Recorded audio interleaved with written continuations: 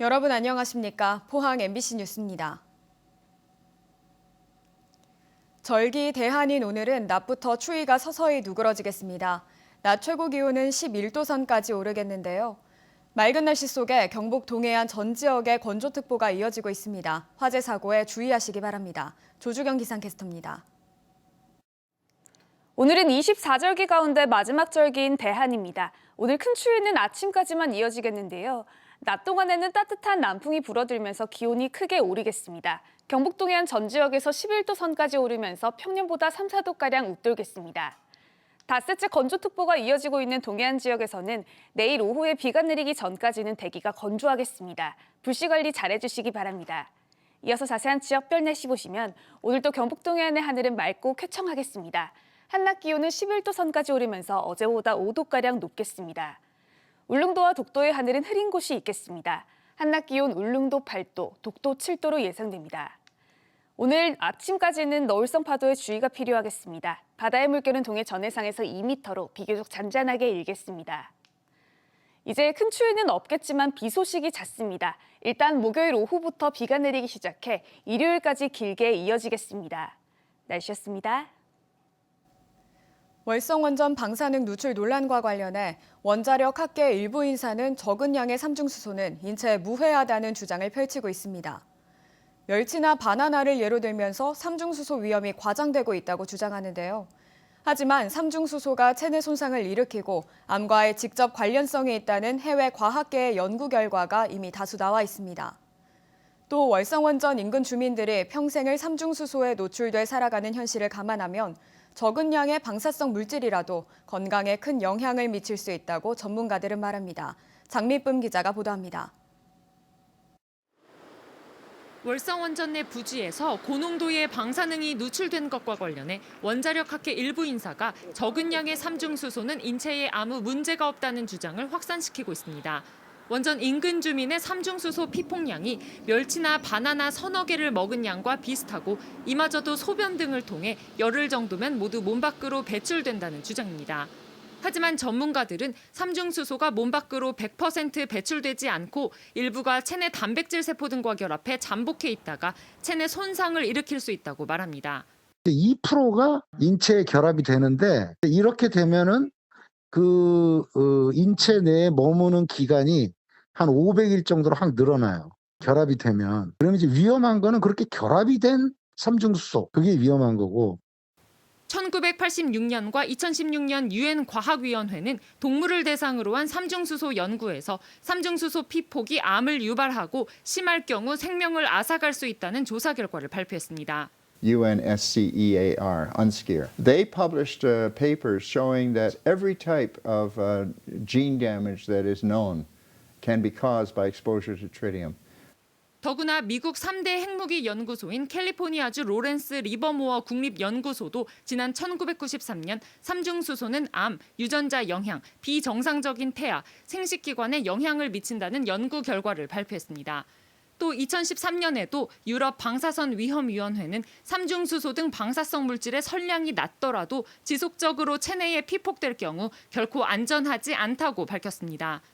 특히 원자력안전위원회가 지난 2015년 월성원전 주변 주민 역학조사를 실시한 결과 여성의 방사선 관련 암 발생률이 원거리 대조군에 비해 2.5배 높게 나타났습니다.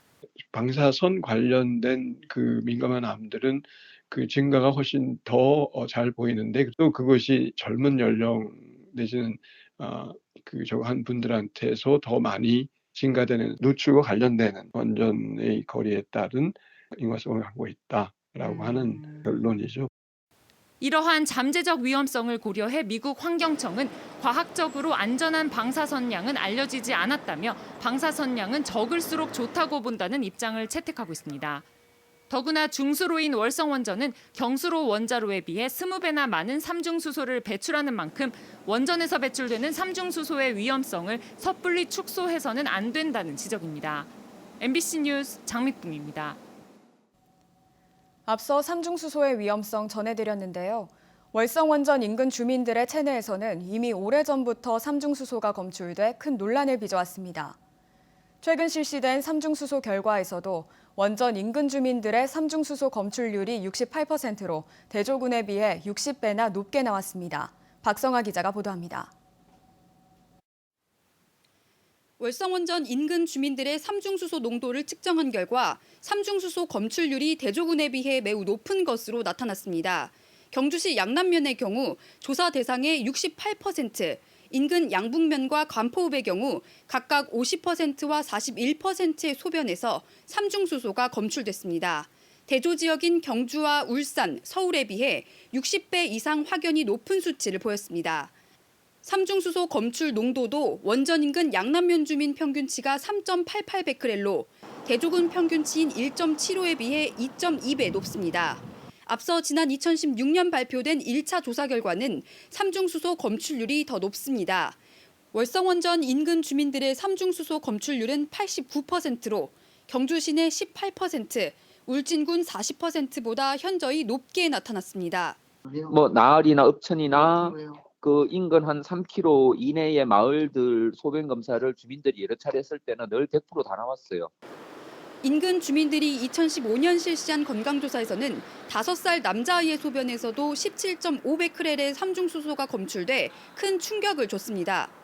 내 몸속에 우리 지금 가족이 6명인데 6명 전체 몸속에서 이 우리 지역의 주민들 전체 몸속에 방사능이 피폭돼 있습니다. 한수원은 원전 인근 주민들의 피폭 선량이 아주 미미한 수준이라 건강에 대한 영향은 염려하지 않아도 된다는 입장입니다. 주민들의 감성적인 어떤 그 마음으로 불안하고 한 부분은 있을 수 있지만 삼중수소가 걱정할 만큼 주민들의 건강에 유해하다는 의미는 지금 없다는 말씀을. 하지만 월성원전 인근에서 수십 년째 살아가는 주민들이 삼중수소의 영향을 얼마나 받았는지 장기적이고 체계적인 건강 역학조사는 지금까지 전혀 실시되지 않았습니다. 이런 가운데 국회에서 최근 원전 인근 주민을 대상으로 방사성 건강 영향조사를 실시하도록 규정한 원자력 안전법 개정안이 발의돼 개정 여부에 관심이 모아지고 있습니다. MBC 뉴스 박성아입니다. 경상북도는 이번 삼중수소 검출 논란을 계기로 원전 안전과 주민 신뢰 확보를 위해서 원전 안전 규제 컨트롤 타워인 원자력 안전위원회가 경주로 이전해야 한다고 밝혔습니다. 도는 원안위의 주된 업무인 원자력 안전 규제는 한국수력원자력, 원자력환경공단 등을 주요 대상으로 하는데 이들 공공기관 모두가 경주 지역에 입지하고 있어 원안위 경주 이전은 타당성이 매우 높다고 강조했습니다. 국무총리실 소속 포항지진 진상조사위원회가 포항에서 진상조사 활동에 들어갔습니다. 진상조사위는 18일부터 20일까지 포항시청에 조사장을 마련해 포항 지진 원인인 지열발전 사업과 관련한 문서를 검토하고 당시 관련 공무원을 면담하고 있는 것으로 전해졌습니다. 조사위는 포항시를 시작으로 촉발지진 관계기관과 기업 등에 대한 조사도 이어갈 예정입니다. 법률 전문가와 재난피해구제 전문가 등 9명으로 구성된 진상조사위는 포항 지진의 진상조사 및 피해구제 등을 위한 특별법에 따라 지난해 4월 1일 국무총리 소속으로 출범했습니다. 포항 수성사격장 반대대책위원회는 어제 국민권익위원회를 방문해 아파트 헬기 사격훈련 취소와 수성사격장의 완전 폐쇄를 위한 고충 민원을 신청하고 중재를 요청했습니다. 반대위는 포항 장기면민들은 60여 년간 사격훈련으로 인한 소음과 진동, 산불 등으로 극심한 불안감과 공포를 느끼고 있으며 육체적, 정신적 피해는 물론 물질적 피해까지 끊임없이 속출하는 상황을 더 이상 참을 수 없다며 고충 민원 신청 이유를 밝혔습니다. 이번 민원 신청은 포항 장기면민과 인근 구룡포읍 동해면 주민 등 2,800여 명의 서명을 받아 제출했습니다. 대구 경북 행정통합을 밀어붙이고 있는 이철우 경북지사와 권영진 대구시장이 올해 주민투표와 특별법 제정을 마치고 내년에 통합단체장을 뽑겠다 이렇게 밝혔는데요. 하지만 이렇게 숨가쁜 일정과는 달리 행정통합 분위기가 크게 뜨지는 않고 있습니다. 결국 행정통합 공론화위원회가 추진 일정을 연기하겠다고 밝혔습니다. 이정희 기자가 보도합니다. 이철우 경북지사와 권영진 대구시장은 대구 경북 행정통합에 필요한 행정, 입법 절차를 올해 안에 모두 마치고 내년에 통합단체장을 뽑아서 통합자치정부를 출범시키겠다고 밝혔습니다. 중앙정부에 우리가 요청을 합니다. 요청을 하면은 중앙정부에서는 주민 투표를 요구합니다. 후반기에는 그것이 결정되는 그런 단계가 돼야지 22년도 내년. 하지만 행정통합에 대한 공감대는 여전히 확장력이 있어 보이지는 않습니다. 양 시도지사의 바람과 달리 한마디로 분위기가 뜨지 않고 있습니다. 크게 홍보하지 않고 빨리 처리하려고 하는 이런 것이 눈에 보이는 것 같습니다. 그래서 만약에 6월에 주민투표를 하게 되면은 대다수의 도민들은 뭐가 뭔지도 모르는 상태에서 대구 경북 행정통합 공론화위원회는 코로나19로 시도민 뜻을 모으는 게 미흡했다며 수기와 공론화 과정을 더 가지기 위해 추진 일정을 연기하겠다고 밝혔습니다. 다음 달 말로 예정했던 공론 결과 보고서와 통합 기본계획 제출은 4월 말로, 통합 건의서 제출 후 6월까지 마치기로 했던 주민투표는 8월까지, 국회 특별법 제정은 11월까지로 계획을 2달씩 모두 수년했습니다. 관심과 참여가 생각처럼 잘 진행되지 않고 있어서 후기 기간을 더 연장하기로 했습니다. 그 이후의 일정은 계획된 대로 진행을 할 생각입니다. 공론화위는 오는 27일 기자회견을 열고 행정통합에 대한 여론을 다시 띄운다는 계획입니다. 하지만 코로나19 탓이 아니라 애초부터 무리한 추진으로 내적 동력이 없었던 건 아닌지, 또 단기간 집중적으로 이루어져야 할 코로나19 백신 접종이 다음 달부터 시작돼 행정통합에 쏟을 여력이 있을지 여러 가지로 의문입니다. MBC 뉴스 이정희입니다. 코로나19가 1차 대유행했던 지난해 병원에 환자가 넘쳐나자 경증 환자를 돌볼 생활치료센터가 만들어졌는데요. 생활치료센터에 입소한 환자 4명 중 1명이 우울 증상을 호소한 것으로 나타났습니다. 사회적 낙인이 큰 영향을 미쳤다는 분석도 나옵니다. 양관희 기자가 보도합니다. 코로나19가 대구에서 확산하던 지난해 3월, 서울대병원은 경북 문경에서 생활치료센터를 운영했습니다. 확진자가 급속히 늘어 병상이 부족해지자 경증 환자를 위한 생활치료센터를 만든 겁니다. 경증 환자는 밖이 보이는 방에 갇혀 TV나 스마트폰을 보고 때에 맞춰 제공되는 밥이나 간식을 먹습니다. 서울대병원 연구팀이 이런 환자 107명을 조사한 결과 4명 중 1명꼴인 24%는 우울 증상을 호소했습니다. 격리 기간이 4주째에 접어들면 고도의 우울 증상을 보여 진단과 치료가 필요한 환자가 6.5%에서 15.6%로 늘었습니다. 이런 우울이나 불안 증상에는 사회적 낙인이 큰 영향을 줬습니다. 자신 때문에 이웃이 감염됐다거나 회사가 폐쇄됐다는 등의 경험이나 느낌이 정신건강에 큰 영향을 미치는 겁니다. 코로나 증상이 있는 환자와 없는 환자는 정신건강에 큰 차이가 없었지만 사회적 낙인을 많이 경험했거나 걱정한 환자는 그렇지 않은 환자보다 우울과 불안을 확연히 유의미하게 더 호소했습니다. 격리를 하는 거에 대해서 강제로 격리당하는 것이라기보다는 본인과 남을 위해서 격리되는 분이 스스로 선택해서 격리하는 거라는 의미와 감사의 표현을 계속 하는 게 이런 사회적 편견을 좀 억제하는 데 중요하지 않을까 싶습니다. 생활치료센터 입소 전 앓은 정신질환도 우울과 불안에 큰 영향을 주는 것으로 확인됐습니다. 논문 저자는 생활치료센터가 코로나 확산을 막는 데 효과적인 만큼 센터가 정신치료도 병행해야 사회적 비용을 줄일 수 있다고 밝혔습니다. MBC 뉴스 양관입니다. 4년제 지역대학 정시 모집에서 미달학과가 속출했는데요. 전문대의 사정은 더 나빴습니다.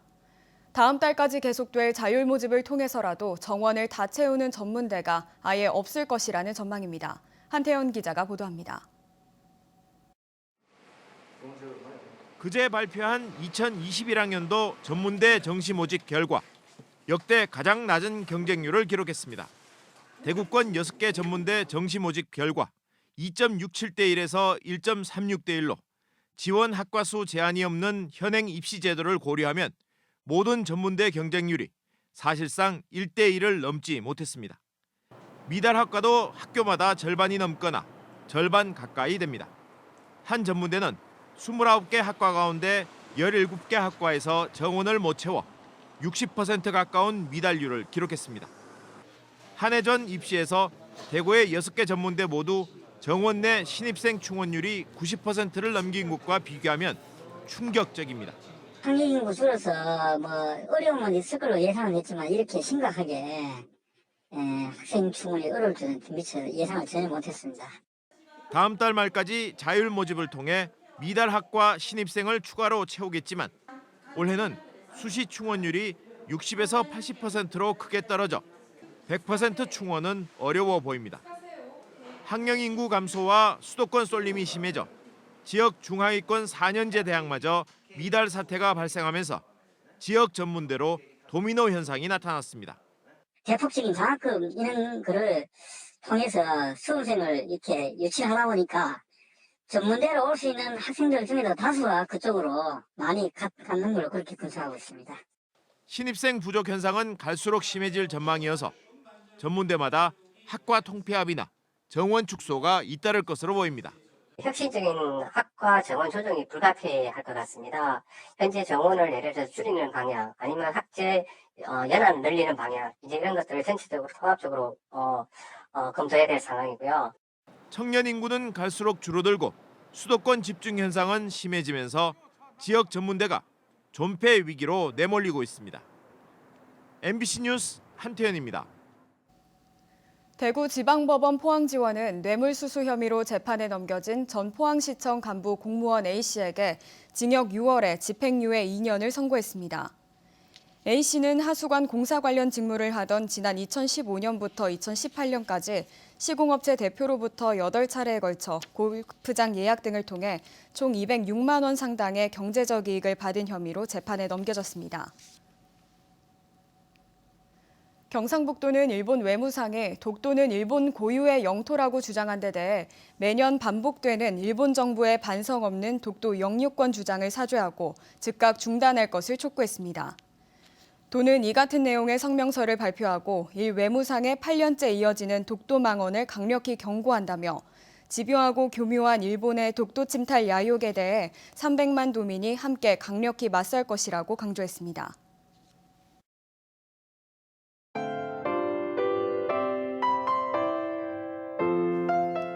오늘은 24절기 가운데 마지막 절기인 대한입니다. 오늘 큰 추위는 아침까지만 이어지겠는데요.